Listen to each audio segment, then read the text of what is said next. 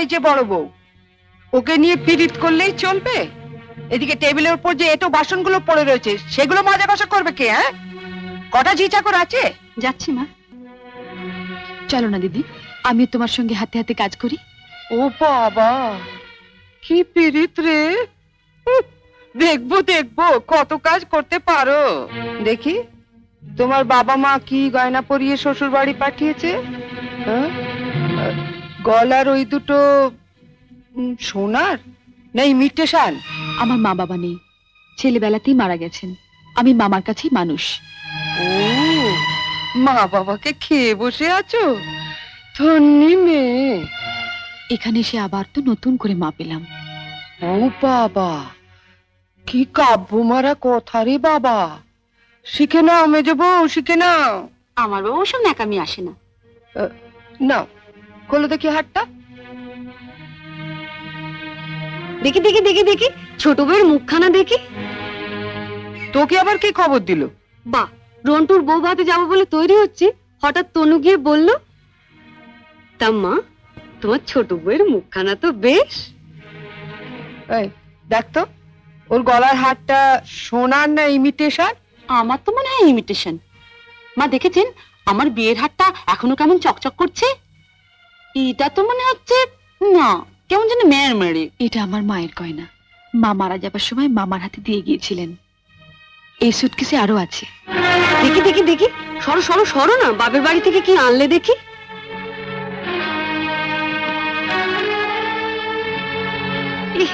এ কি শাড়ি গো!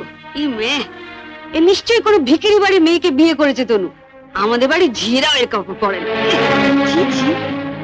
দেখ দেখ, বাবা, লাল লাল হয়ে যাচ্ছে দেখি।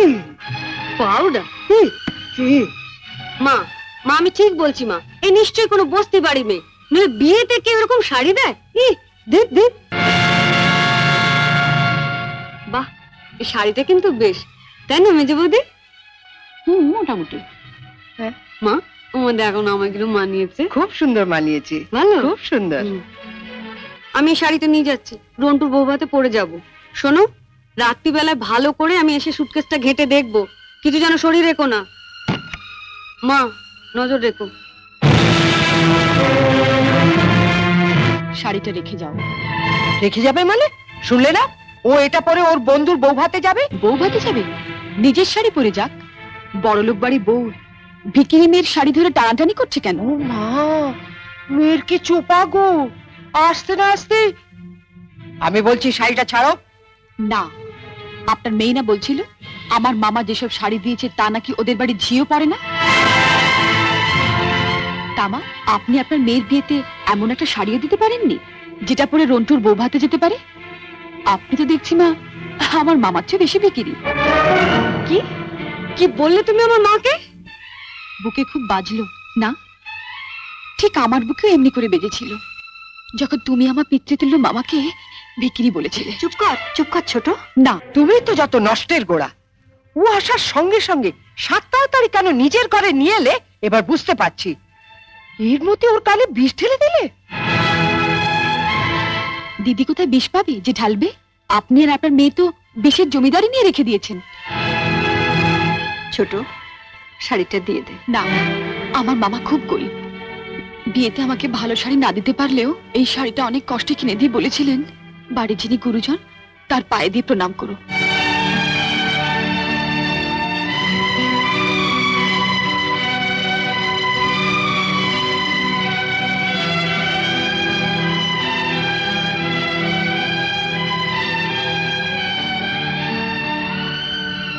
এ কি করলি হতভাগী? মা থাকতে আমাকে